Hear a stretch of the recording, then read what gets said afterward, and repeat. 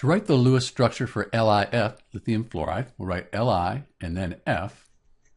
Lithium, that's a metal, and fluorine, that's a nonmetal. We have an ionic compound.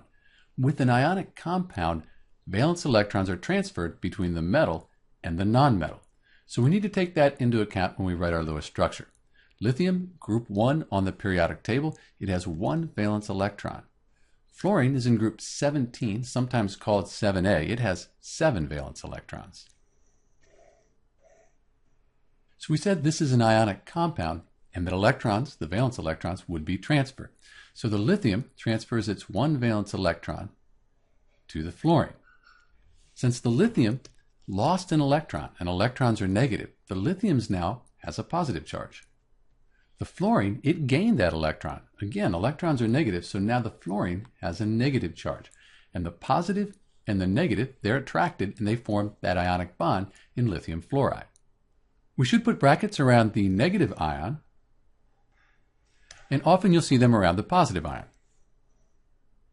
We use these brackets to show that the valence electron that lithium transferred really was transferred and that there's no sharing going on between the two atoms.